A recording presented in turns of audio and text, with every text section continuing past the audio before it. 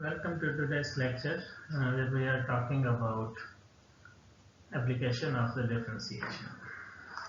In previous lectures, we have discussed differentiation at a very detailed and we have discussed a lot of techniques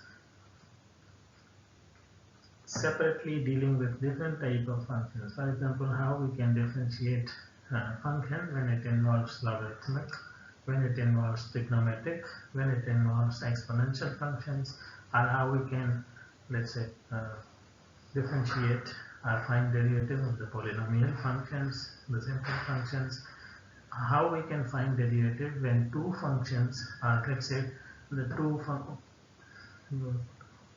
dependent variables are in product form, or they are in quotient form, let's say in division. For example, x squared divided by sine of x. How we can find derivative? So we have discussed all these rules, and on the top or in the end maybe we have discussed how to use chain rule method, what is the purpose of the chain rule method, and implicit derivative. And the very last topic was higher order derivatives.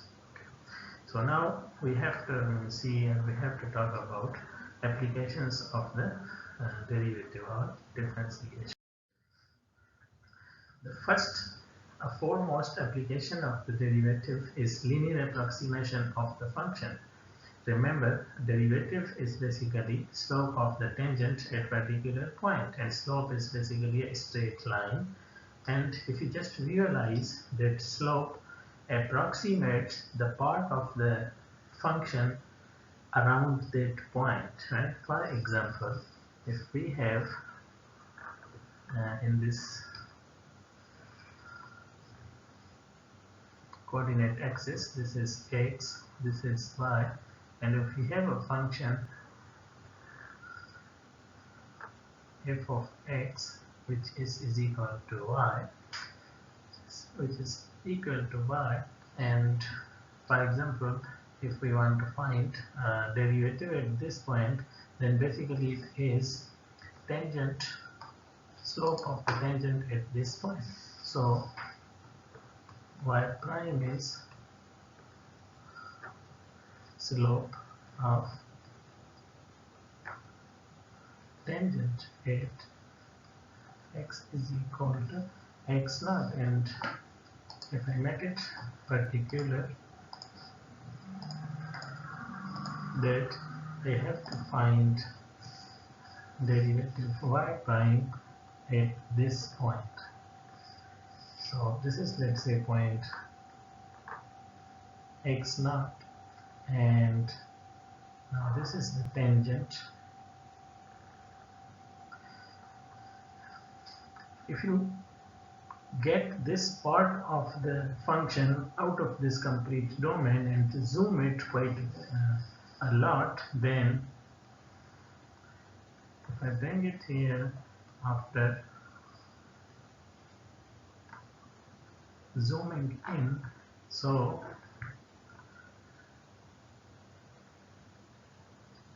I will have this sort of function, and then this is tangent.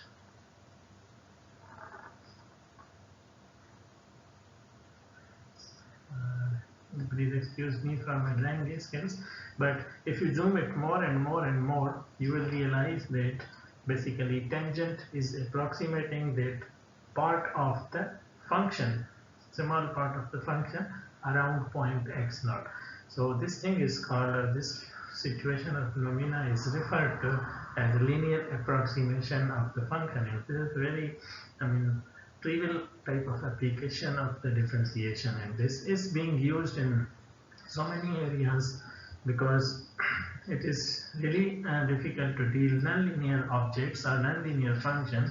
So in a particular small domain or maybe in a large domain, then we have to consider a lot of tangents, but let's think about a very small domain. So that nonlinear function is basically approximated using a tangent line, and which is tangent line is basically derivative of the function. So this was the let's say background of what we are going through. If you read this, it is the same thing mentioned here.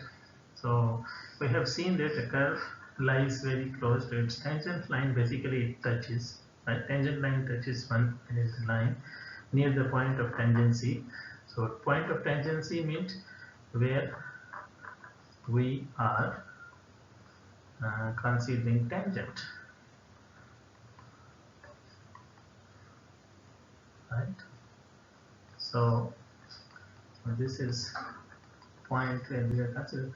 Now in fact, by zooming in towards a point on the graph after differentiable function, like I said you, the point where you have taken tangent, just zoom it, and we notice that the graph looks more and more like its tangent line. So basically it becomes, tangent line. So in other words, we can say that tangent line approximates the function.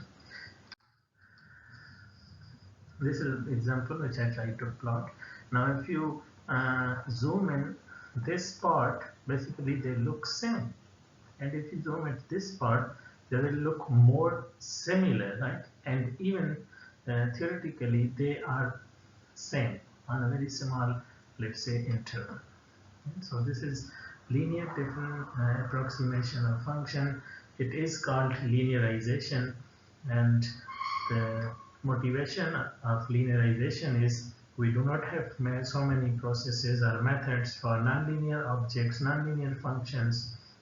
Therefore, we linearize them first, and then we, let's say, process our desired operations. All right, and now the tangent at that point is basically a straight line, and that is written in a point slope form as this one, where this is slope and this is point. So this is the point. Now this is point slope form of tangent line equation, right? And the point is a, f of a, and slope is f of a prime, f prime of a. So then we can have this equation of a straight line, which basically approximates our given function. So linear function, making it a function of x. Now this is basically equal to not this a, but this is equal to f of x when this x belongs to this interval. So a minus epsilon, a plus epsilon are on the line. If this is a, so this interval is basically this one, very small interval around point A on the real line, right? So plus infinity to minus infinity. Okay, now this was a background of what linearization is, our concept of linearization is. Now how we can find, so it is basically, if you remember or recall the equation, so it was del of x is equal to f of a plus f prime of a x minus a. So you only need to find this derivative. This is how we call it application of the derivative. Read out the question carefully. Find the linearization of the function at a is equal to 1, around 1, and use it to approximate the numbers. Okay, are these approximations overestimates or underestimates? The first part is we have to linearize this function. Now this is not a linear function, it's a square root function. It involves a square root or power 1 by 2. So in order to linearize it, we have to find the derivative of this function at a is equal to 1. So first of all, derivative of this function, and then this form, and this derivative at 1 will be 1 by 4. If you plug in 1, you will get 1 by 4. 2 is here, 2 comes from the square root, so 1 over 4. And f of 1 is simply 2, because we are going to need this one also in this equation of linearization. So if you plug in 1 in this function, so 1 plus 3, 4 square root, and we get 2. Now remember these quantities and plug into this formula. In the next slide, we have this formula. If this is approximation of the f of x, so f of 1 plus f prime upon x minus a. Using all these values, we get this linear function. Now, if you just recall, this is linear function, and further simplification will give you 4 over 7 over 4 plus x over 4, or you can write it in a more simple form. It's a linear polynomial. So this is approximately equal to our given function f of x around 1. If you need a linearization around another point or near to another point, you need to find derivative and value of the function at that point and use this linearization formula. So linearization can be computed around 1 point only. Remember this point. Okay, and then corresponding linear approximation, one is this when x is near to 1, of course. And now to find this one, simply okay, so this is equal to this one, because if you remember the function and try to equate this one, so plug in value of x and equate this. So it is equal to 1.995, and for this is equal to, after simplification, 2.0. Now continue. The linear approximation is either overestimate or underestimate. You have to we have to check it, right? So this is a straight line or the linear approximation of this function, and this is given function.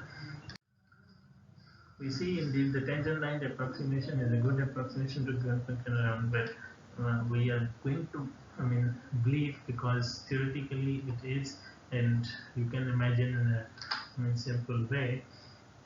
Now this is a comment about the last part of the question. Of course, a calculator could give us approximations of this and this, but the linear approximation gives us an approximation on overall image. Okay. So in following table we compare different values. This is actual value. This is value from the approximation. Now this is value from this function. If you take x is equal to 0.98, we get this one. Actual value is this. So this is kind of overestimate, right? A bit, because not overestimate even if it's just a rounded off thing. And this is again overestimate or just rounding. Notice that this table and also from figure 2 that the tangent line approximation gives good estimation when x is close to 1, but the accuracy of the approximation deteriorates when x. Now purpose of this table was the tangent line approximates the curve around the point x is equal to 1 in a better way, but when you going far away from x is equal to 1, then your approximation becomes dull and dull, right? It becomes inaccurate if you just go away from x is equal to 1, right? So you need to remember this situation or the concept. Another example. So this is the reverse example. Now this is function and this is linear approximation, and this is function. Now it is asked for what values of x, this is the linear approximation, accurate to within 0.5 values, right? So if this is approximation around x is equal to 1, so how far we can go from x is equal to 1 in the right direction or in the left direction, so that our error should not be greater than 0.1, right? And next, if we cannot afford this amount of error 0.5, what if we have to limit ourselves to this amount of error? So if this is the constraint, then what should we do? Can we rely on this linearization, or do we need to have another linearization? Okay, so solution is standard accuracy. So this one, the loose accuracy, means the function should differ by less than this. It means the difference between these should be this one. Now solving this inequality will give us value of x. So look at this one. Tangent line y is equal to this, intersecting the upper curve plus 0.5 at P and Q. So this is the region, P and Q. If you take any value in between this, or in other words, the part of the function between this one is being approximated by given linear L of x, so that error is less than this amount. Alright, zooming in and cruising the cursor, we estimate that x coordinate P and x is this. So this is basically interval of minus 2.66 to 8. Thus we see from the graph that this approximation is good with this amount of error when you choose x in between these two. Alright, so it's a good approximation in a quite large interval. So, and to me, this is quite large interval whose radius is around 10. Similarly, if you want to limit your accuracy to 0.1, or you need linear approximation accurate to this value, then x should be in between this interval. Alright, so you need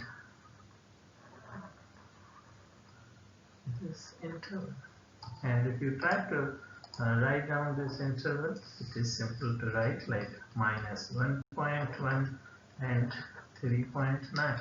okay, we're done with this example. Now there are a lot of more applications to physics. Of course, the theme of the application is linearization yet, because in the next presentation we will talk about more applications. And the next application is like finding maximum and minimum of the function. So linearization, approximation in physics, right, are often used in physics in analyzing. I can confidently leave this for you to study and see how things go. And there are a couple of examples relevant to these presentations uploaded on the LMS. So just refer to those one, and they are basically solved examples. Okay, and next part is differential. I hope you can also do this thing. This has something to do with implicit derivative and differentiation and summary. Yeah. So this is not really important, but just go through this slide. If you feel any difficulty, just come back to me and address your questions. So this is basically called differential, which we left as in homework, and this is dy. Now compare the values of this and this, f is this, and x changes from this to this, and another part from this to this. So we have to see what is the difference between derivative and differential. And these are very good solved examples, and hopefully we can give good, let's say, base for the good foundation for the next topics. Hope you enjoyed the lecture. See you in the next part. Thank you.